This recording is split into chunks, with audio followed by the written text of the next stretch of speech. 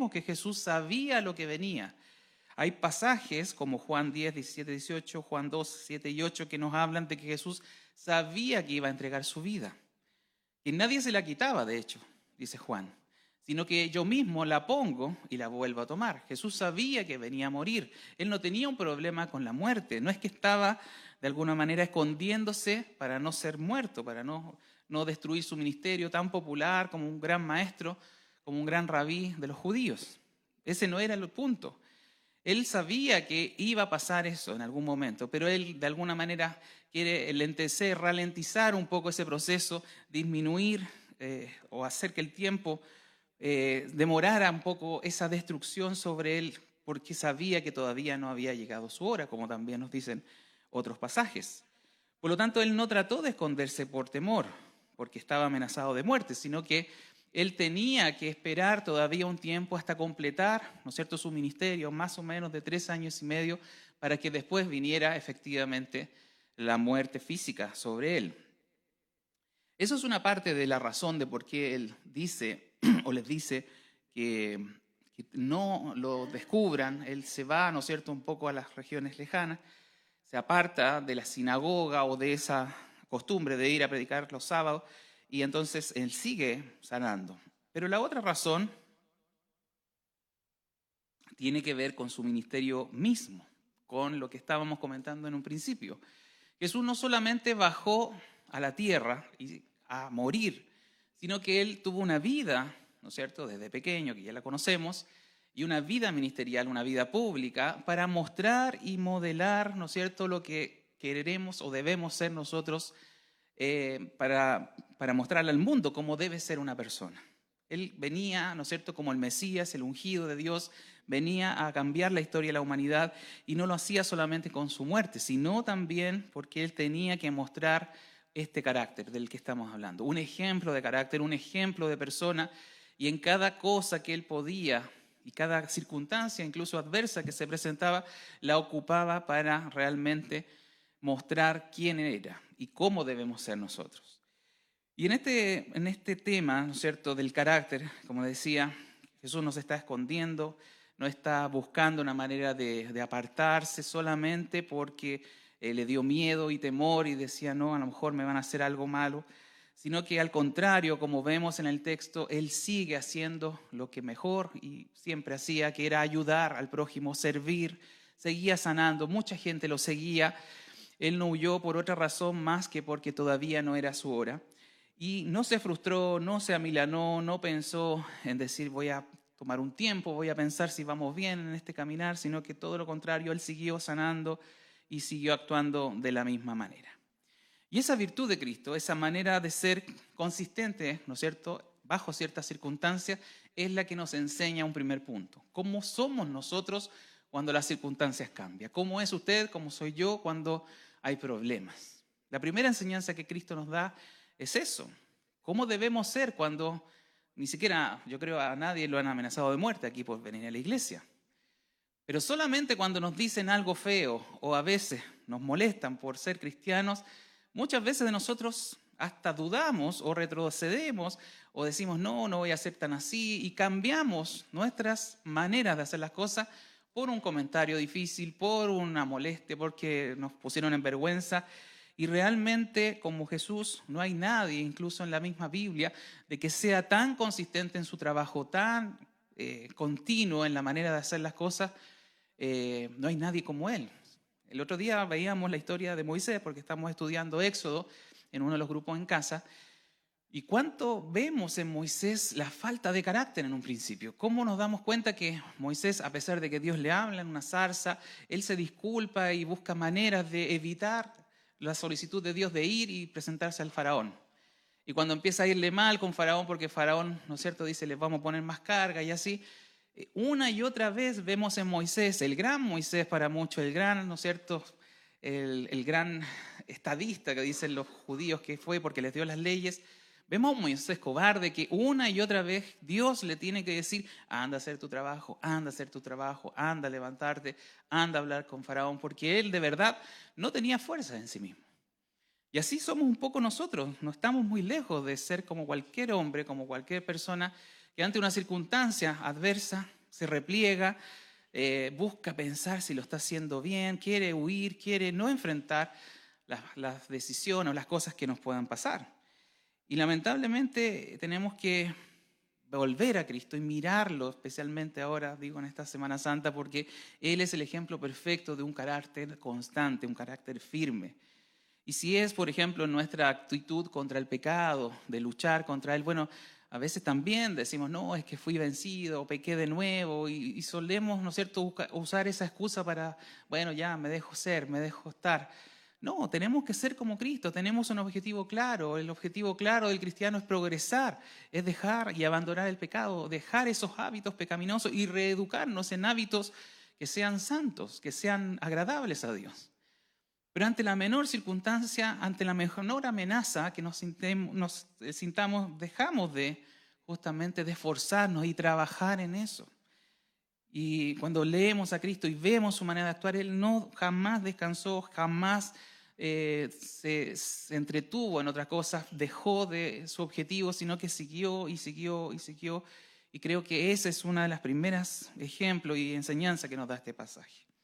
La segunda parte de este análisis del texto es que Mateo, como buen discípulo de Cristo, veía en Jesús muchas cosas que estaban anticipadamente escritas.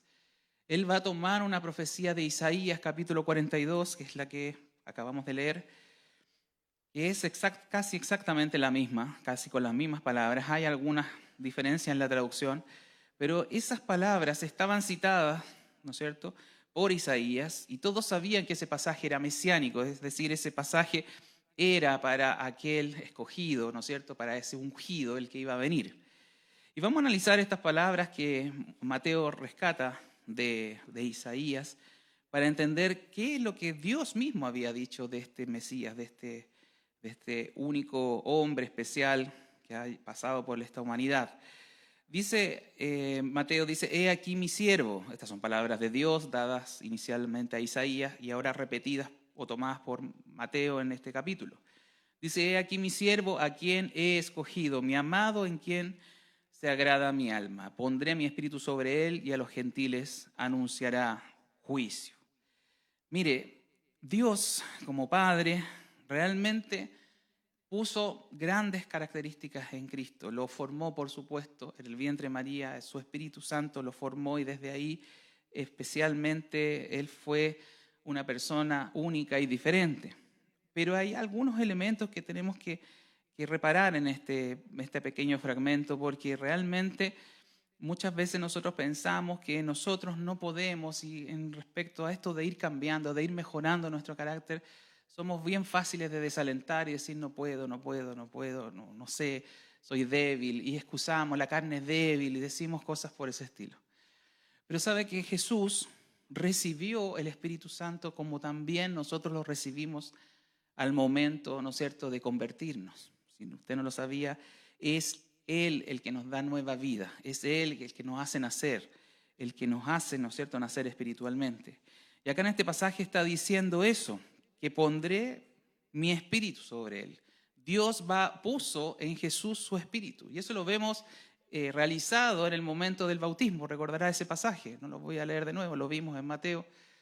Cuando Jesús, ¿no es cierto?, sale del agua, vemos una voz del cielo, se escucha una voz del cielo, que dice, este es mi Hijo amado, lo mismo que acabamos de leer, este es mi Hijo amado, ¿no es cierto? Y vemos descendiendo, o se muestra y se aprecia en forma de paloma, que es el Espíritu Santo posándose sobre Jesús.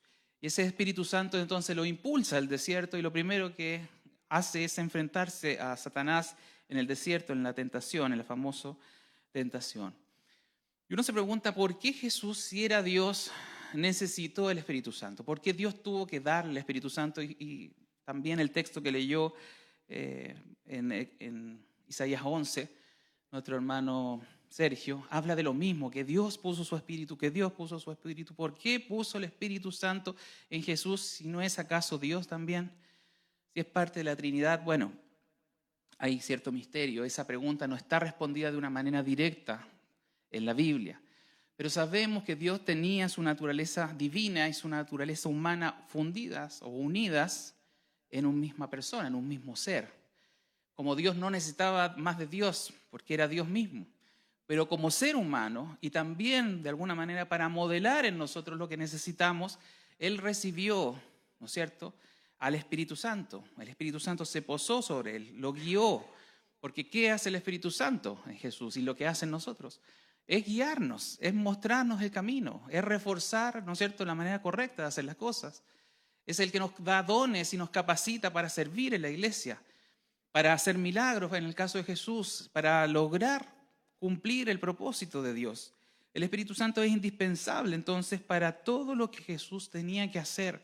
Y Él lo recibió y lo aceptó y le ayudó y fue lo mismo que para nosotros el Paracleto, ese ayudador. Por lo tanto, cuando nosotros sufrimos o decimos, no puedo hacerlo, me cuesta, no sé, cualquier cosa que le cueste. A veces hasta venir y levantarse temprano en la mañana le cuesta un día domingo. A veces participar de las reuniones es difícil. A veces corregir un pecado, ¿no es cierto? Nos excusamos porque es difícil, es que lo he hecho tantas veces, es parte de mi vida. Queremos aceptar e incluso llamamos como un pecado crónico, algo que volvemos a caer. Nunca piense así, porque Jesús tuvo el Espíritu Santo para ser guiado y para tener el poder del Espíritu Santo en su vida y manifestarlo. Y Dios también nos ha dado su mismo Espíritu. El mismo poder que levantó a Jesús de los muertos, nos dice otro versículo, también opera en nosotros. Por lo tanto, no podemos excusarnos y no podemos, ¿no es cierto?, decir, no, es que yo no sé, es que no puedo cambiar. No puedo decir eso. Realmente si Jesús, ¿no es cierto?, lo hizo y fue un ejemplo de vida en todo sentido, y si nosotros tenemos esa misma capacitación, ese mismo Espíritu Santo al lado nuestro, con nosotros, entonces no podemos decir, no se puede. Es algo que tenemos que acostumbrarnos a esa idea porque somos expertos en decir cosas y en buscar excusas para no cumplir ni hacer la voluntad de Dios. Lamentablemente, hermanos, eso es así. Dios se agradó de Jesús y la manera mayor de agradarse de Jesús fue porque Él fue santo, fue perfectamente santo. Ninguno de nosotros lo ha sido.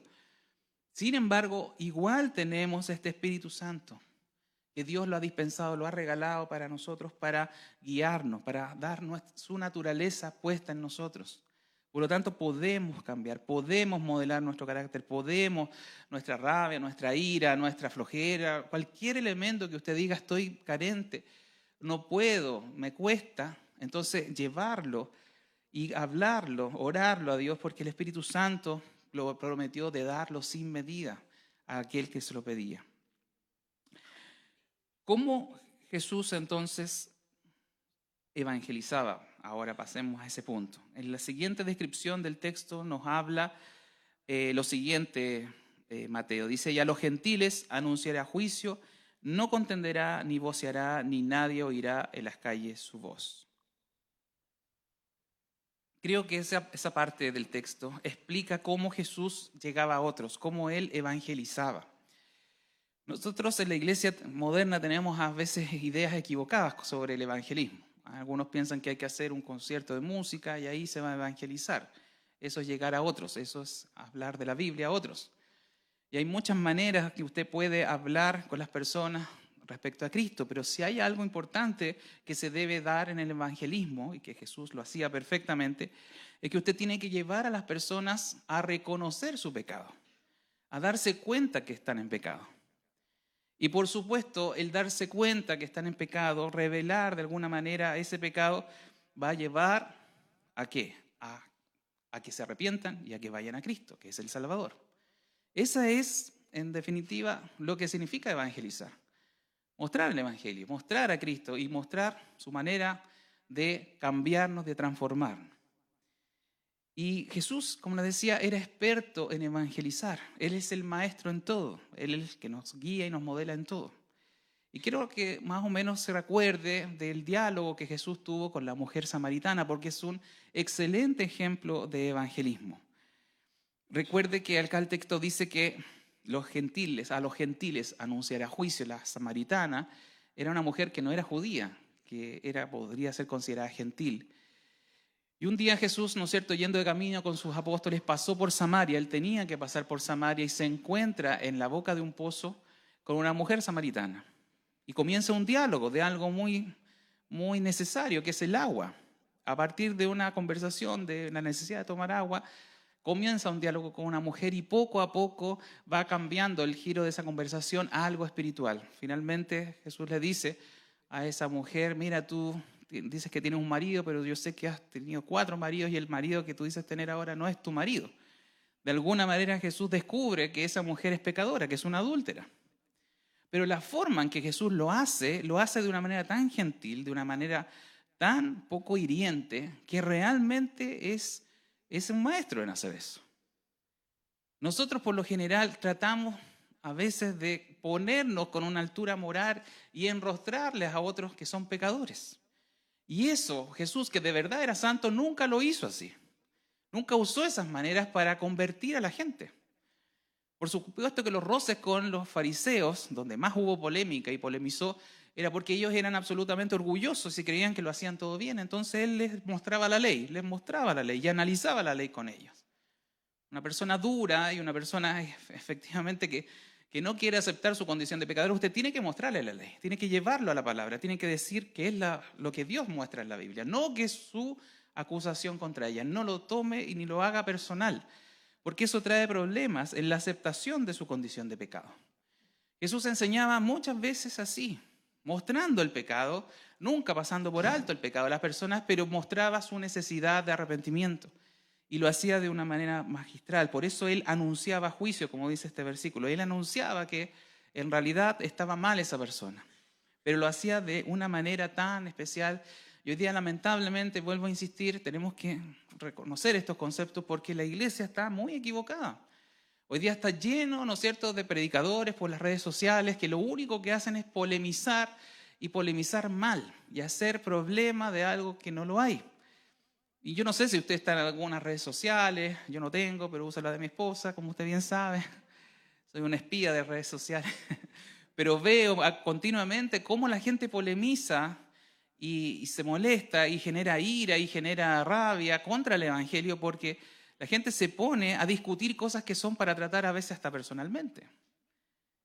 A veces he visto pastores en las redes sociales que, ¿no es cierto?, que gritan, que fuerzan. Mire, el texto nos dice, no voceará, no va a levantar la voz, no contenderá, no voceará, ni nadie oirá en las calles su voz, nos dice el pasaje. Jesús nunca podremos pensar como un predicador de esos gritones que casi transforman su voz como, se ponen como los centroamericanos a hablar y a decirle, usted pecador, se va a ir al infierno. No vemos a Jesús haciendo eso nunca. Pero hoy día tenemos, lamentablemente, en iglesias personas que creen que así van a conseguir personas salvas, convertidas. De enrostrarles su pecado, de amenazarlos con el infierno para que cambien. Esa no es la manera. Jesús es el ejemplo de cómo, ¿no es cierto?, trabajar, voy a usar un término equivocado, pero cómo trabajar a la persona para que se convenza de sus pecados. ¿Cómo lo hace? Lo hace de una manera amable, llega a ellos porque se preocupa por ellos, porque se pone en sus zapatos. No los juzga ni le pone, ¿no es cierto?, una pistola, no sé, o alguna amenaza del infierno o algo así para que la gente cambie. No es así Jesús. Él no voceaba, no, como nos dice el texto, no voceará, ni nadie oirá la voz en las calles. Le dice a los discípulos, lo que yo les he dicho en secreto, ustedes después lo van a publicar. Él no hizo un gran alarde de su ministerio, pero cambió el mundo y la manera de pensar con una actitud tranquila, con una actitud gentil. Y ese es nuestro ejemplo. Sabemos que hay personas difíciles, sabemos que hay personas que no quieren perder, son Jalisco Zapata, nunca pierden una discusión y nos vamos a encontrar con ellos de vez en cuando, pero ahí están las palabras de Jesús que ya revisamos, Mateo 10:16, cuando nos dice que seamos astutos como serpientes. Le dijo a sus discípulos, sean astutos como serpientes y sencillos como paloma. Ese es también un buen resumen de cómo tenemos que hablarle a los demás. Pero lamentablemente hoy día vemos y nos van a requerir muchas veces que quieran saber de nuestra fe. Pedro nos dice que tenemos que estar preparados para quien demande, ¿no es cierto?, defensa de nuestra fe con reverencia, con mansedumbre. Nos da las herramientas de cómo tenemos que hacerlo. Pero a veces nos apasionamos, a veces podemos encendernos y eso no es el camino. Tenemos que hacerlo como Jesús, sin gritar, sin desaforarse, sin, ¿no es cierto?, tener este problema de carácter nuevamente, un problema de carácter que a veces nos falta modelar porque realmente así no llegamos a nadie. Ese es otro problema. Vamos a otra parte del carácter que la palabra nos va a enseñar. El carácter de Cristo para corregir y para alentar a los demás. La siguiente descripción que leemos del pasaje, el versículo 20, es un poco difícil porque en la Reina Valera usa palabras que no usamos. ¿Ya? Habla de la caña cascada, que cuando uno lo lee dice, ¿qué es eso, la caña cascada? O lee a continuación el pábilo. ¿Qué es el pábilo? Es una palabra que tampoco usamos. Y yo se lo traje en una versión más simple, que es la versión NBI, de la Nueva Versión Internacional. Y además traje una imagen que me hizo nuestro hermano Jorge para que usted visualizara, ojalá, lo que quiere decir este pasaje, este versículo. Ahí está.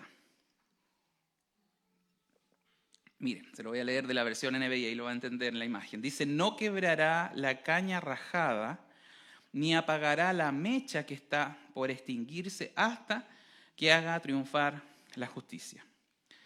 Pensemos primero en la caña, en un cañaveral con muchas cañas. ¿Qué pasa cuando usted va a un cañaveral y quiere tomar sus cañas para los usos que normalmente le damos, como para firmar una plantita, para construir, no sé, algunos hacen hasta muebles con las cañas o las ocupan que son más o menos firmes. Pero si ve una caña rajada o partida o quebrada parcialmente al menos, usted la va a descartar, por supuesto, usted no la va a usar, porque no sirve para el propósito para el cual le serviría la caña buena. Y asimismo, el segundo ejemplo es más o menos similar. Una mecha que está por extinguirse, como se ve bien en la ilustración, es una lámpara antigua de aceite. Cuando está por humeando, quiere decir que ya prácticamente está apagada, ya no tiene esperanza de que vuelva a salir llama. Eso es lo que nos está mostrando esta mini parábola que hace, ¿no es cierto?, la lectura de Isaías. Que Jesús no iba a quebrar la caña que estuviera rajada, ni que iba a apagar la mecha que estaba por extinguirse. ¿Qué quiere decir en forma más simple? Bueno, es que Jesús no va a destruir, no va a apagar el fuego del Espíritu, no va a quebrar al hermano que está débil porque ha pecado, sino que todo lo contrario. Eso es lo que hace Jesús, es levantarnos de nuestra condición pecadora, lastimosa, débil, necesitada, para darnos fuerza, para fortalecernos. La manera en que Jesús trata, ¿no es cierto? Y especialmente, lo digo para aquellos que están recién partiendo en la iglesia o en el cristianismo, es que muchas veces cuando estamos partiendo nos sentimos débiles porque fallamos, fracasamos, pecamos mucho. Tanto como al principio, tanto como antes, digamos. Entonces parece, y algunos llegan a pensar, es que a lo mejor no me convertí, a lo mejor Dios no está conmigo, a lo mejor no tengo el Espíritu Santo porque fallo demasiado. Porque estamos débiles, porque estamos iniciando. Piensa en un niño que está recién empezando a caminar. Por supuesto que se va a caer, por supuesto que va a tropezar muchas veces y con el tiempo debería ir madurando, eso es lo que se espera. Pero aún sea que tenga muchos años o esté recién comenzando, sabemos que la forma de tratar de Dios con nosotros es alentándonos, es levantándonos del suelo. Cuando usted mismo se descarta y dice que ya no puedo más, ahí viene la palabra de Dios a corregirnos, a alentarnos, a disciplinarnos. Sí, también lo hace, pero lo hace de tal manera que no pensamos, y no espero que nunca piense, que usted se tiene que ir de Dios, que no sirve para esto, porque Dios nunca ha fracasado en nada. Y si Dios lo llamó y lo escogió, es porque no se equivoca Dios. Y es importante que tenga eso en su forma de pensar. Porque Jesús lo avaló no solamente con este pasaje, sino en tantas veces que Él dice que Él da su vida por nosotros y nadie, ¿no es cierto?, va a arrebatar de las manos de Dios estas ovejas que somos nosotros. Eso está en Juan 10, 28.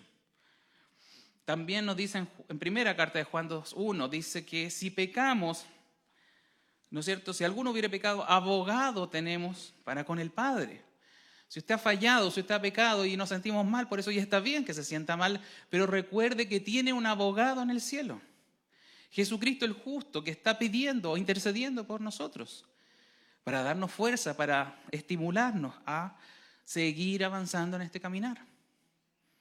Por lo tanto, las maneras que tiene Cristo de cumplir su objetivo en nosotros es de manera constante, y su carácter se muestra también en esto, de seguir alentándonos, de no decir, ser el primero que está ahí al lado, levantándonos, ¿no es cierto?, apoyándonos y viendo en él el ejemplo de vida que hizo.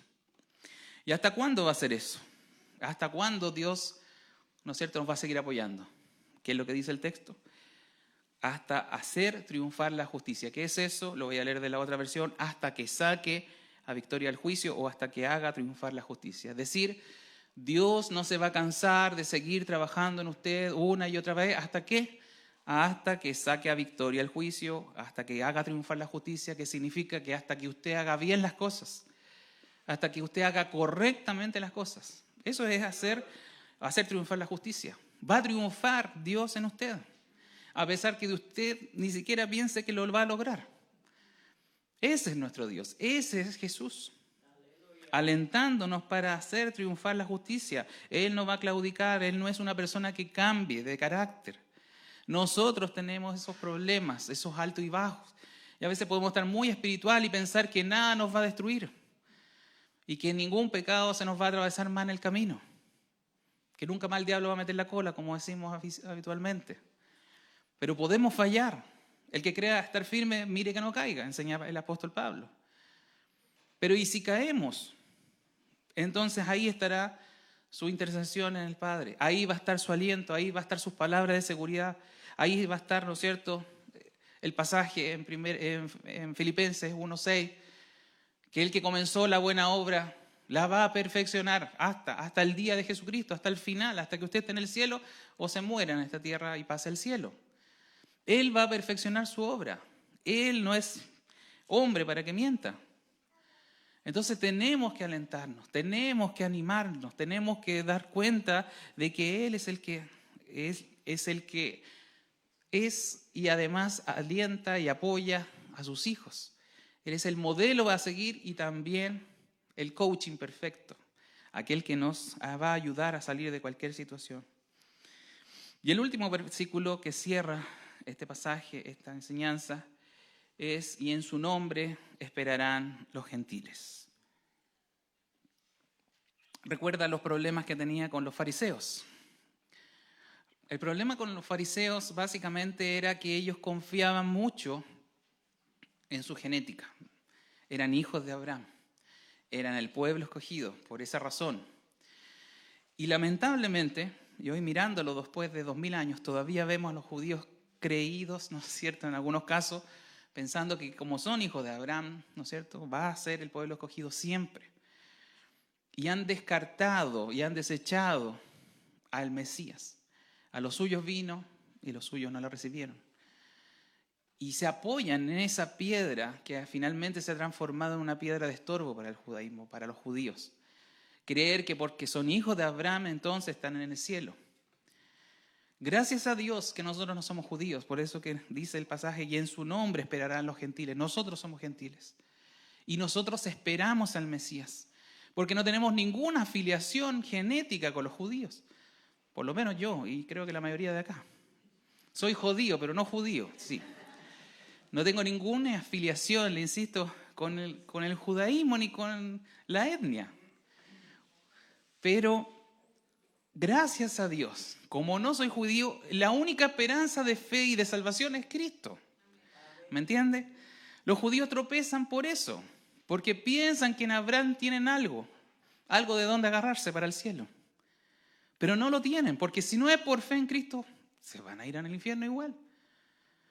Y gracias a Dios, le insisto, que somos gentiles, porque nuestra única esperanza ahí lo hace singular y único a Jesús, que es creer en Él.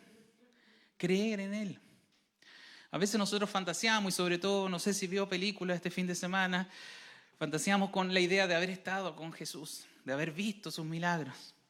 A mí me pasa cuando veo alguna escena. Dieron varias series, ¿no es cierto? Jesús de Nazaret, The Chosen lo están transmitiendo también, que es una buena serie, un poco fantasiosa en algunos aspectos, pero uno se quisiera retroceder en el tiempo, llegar a esos 2000 años y haber escuchado a Jesús sentado, haber explicado sus parábolas. Pero fíjese que no descanse en eso, no se anime a eso, Porque tenemos las palabras de Jesús acá en la Biblia. Las tenemos. Tenemos que imaginar la experiencia de lo que Él dijo a través de lo que está escrito. Y por eso le digo, si hubiésemos vivido en ese entonces y hubiésemos sido judíos para poder estar ahí, porque no habría sido de otra manera haber escuchado a Jesús si no era judío, si él hablaba en arameo, entonces no habríamos tropezado a lo mejor. Habríamos vuelto a caer en la misma piedra que ellos han caído. Pero gracias a Dios que somos gentiles, estamos 2000 años después y podemos seguir escuchando a Cristo y podemos, por la fe, seguir confiando en Él. Esa es la esperanza de nosotros. Esa es la esperanza hoy día del mundo. Dios no quiso dejarlo solamente a Israel restringido. Él abrió, ¿no es cierto?, la salvación a toda la humanidad, a toda lengua, tribu, nación. Y Él es el Cordero de Dios que quita el pecado del mundo y que lo estamos recordando en esta Semana Santa especialmente.